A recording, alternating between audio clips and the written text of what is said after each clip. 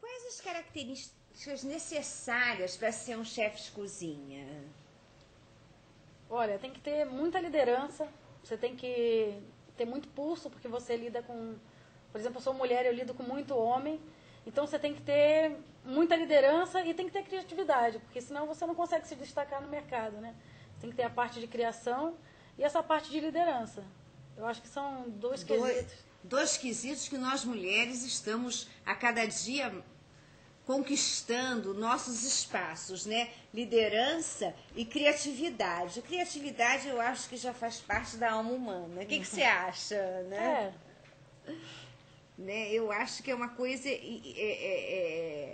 de sensibilidade. Tem homens sensíveis, né? Aqui nós já temos uma mensagem, Sua Zambeli, para animar nosso dia. Beijo, amiga, da Cris, do Twitter.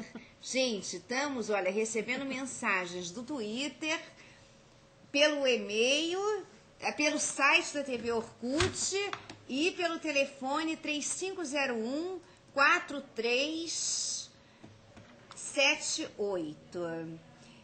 A doutora Márcia Rolim, né, participa do programa e diz: essa mulher é uma brasa. Oh, que coisa boa! Olha que bom! Parabéns, hein, Ana? Ana, qual a formação necessária para ser um chefe de cozinha?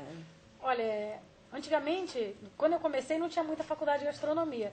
Hoje em dia, eu sei que você ter a prática é muito importante. Mas como a gente está tendo agora essa parte técnica, eu acho que sim, que deve ter uma formação ou em nutrição, que te dá uma base da alimentação em si, ou de gastronomia, porque agora as escolas de gastronomia são muito boas. Então eu acho sim, para você ser um chefe, até porque você vai administrar, você ter uma formação. É ótimo ter a prática, tem que ter a prática. Ninguém sai da faculdade sendo chefe, porque a gente encara um monte de estagiário e que já sai das faculdades assim, eu sou chefe, entra para fazer estágio... Mas não é assim, você se forma e você vai... É que nem um médico, você vai lá estudar aquilo. Você pega a teoria e vai aplicar na prática, porque também não é fácil você chegar no... Porque é um mundo que é diferente. A prática, ela é essencial, mas você tem que ter a teoria, senão você não consegue administrar. Você tem a formação básica em nutrição. Olha, em hotelaria e turismo... nutrição e gastronomia, fiz 3. Gente, hotelaria e turismo, nutrição e gastronomia. Você é extremamente preparada, Ana. Parabéns. Obrigada. Você quer aproveitar o programa e dar umas dicas de nutrição também para as pessoas? Como começou seu trabalho com gastronomia? Você é especialista em algum tipo de culinária? Olha, eu trabalho mais com cozinha contemporânea, né? Eu comecei, na realidade, eu tinha acabado a faculdade de hotelaria e fui para a Espanha passar 2 anos. Ai, que bacana! Conta essa fase da sua experiência. Eu fui meio perdida, né? Aí quando chegou lá, a única coisa que tinha para eu fazer era cozinha. Servir e cozinha. Aí eu, antes no Rio, porque eu sou do Rio, eu já tinha tido uma loja de sanduíche natural lá no centro do Rio. Olha! Que não deu muito certo, porque o sócio... me roubou e fiquei decepcionada e fui embora do Brasil. Aí chegou na Espanha, dei de cara de novo com isso de cozinha. Aí fiquei 2 anos, voltei e falei, o que eu vou fazer? Só trabalhava com cozinha lá, mas como coisa de documentação é complicado lá fora, eu tive que retornar. Aí vim para São Paulo. Aí passando na Santa Efigênia tinha uma faculdade que chamou TEC, que foi uma das primeiras, tirando o Senac, e entrei para fazer o curso técnico. E aí comecei a conhecer uma chefe aqui em São Paulo, a Renata Braune. Aí começaram as portas a se abrir para mim. Eu fiquei com a Ana Soares também, que é uma chefe bem conhecida. E daí, por acaso, fui parar no El Bulli, que é um restaurante que é super premiado. E daí fui trabalhar em vários e estudando. Aí no meio do caminho decidi fazer nutrição, porque eu sentia falta de alguma coisa ainda ali. E foi isso.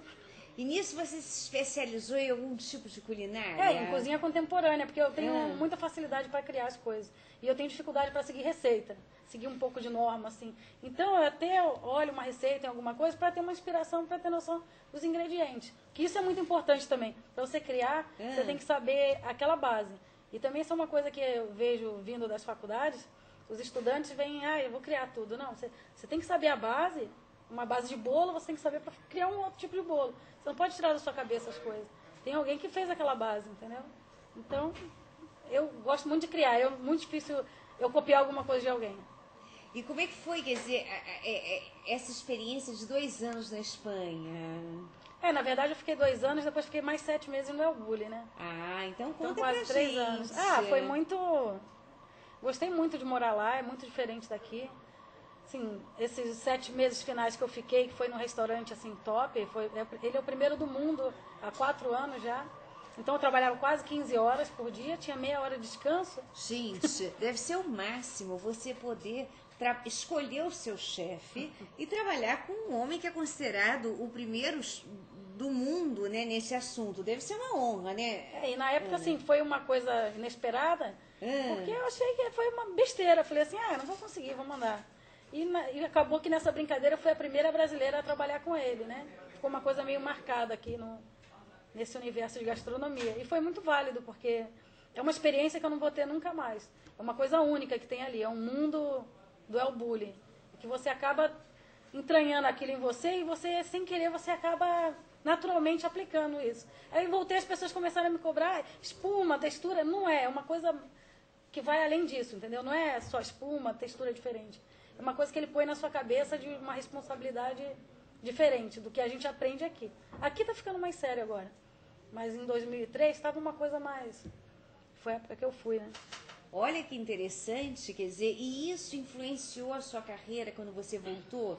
De ter tido essa experiência com um grande chefe? Não, bastante. Eu voltei, fui para um restaurante muito bom aqui em São Paulo, Cantalupe, e fiquei 2 anos e pouquinho lá. E tendo essa bagagem que eu vim de lá, consegui ganhar um prêmio de chefe revelação aqui em São Paulo. Olha! Que eu agradeço essa bagagem que eu peguei lá pela criatividade, que você acaba entendendo até... Lá a gente tinha aula de criatividade. Para você criar, você tem que entender por que você está criando.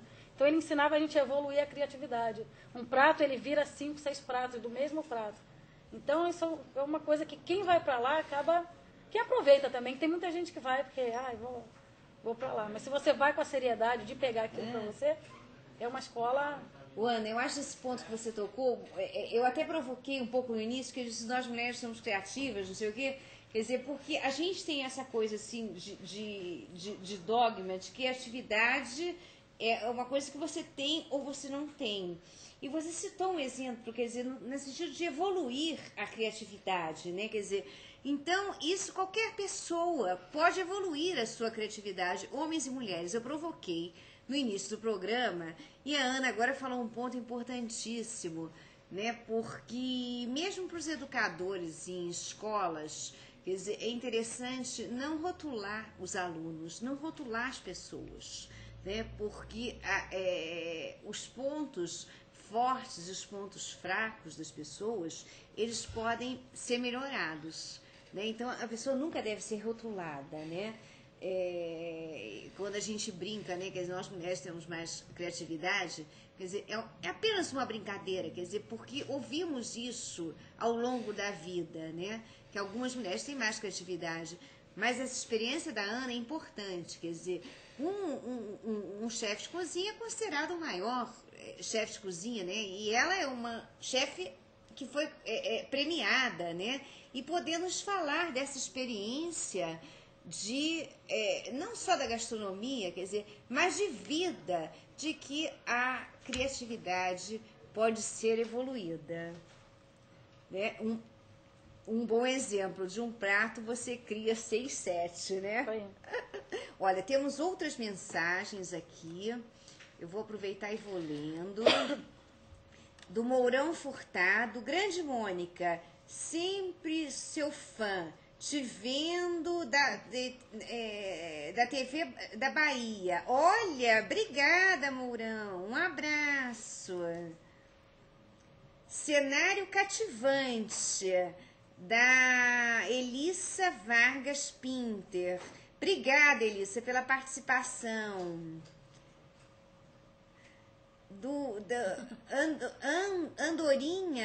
Androinha Meg. Eis uma pássara entrevistadora. Obrigada.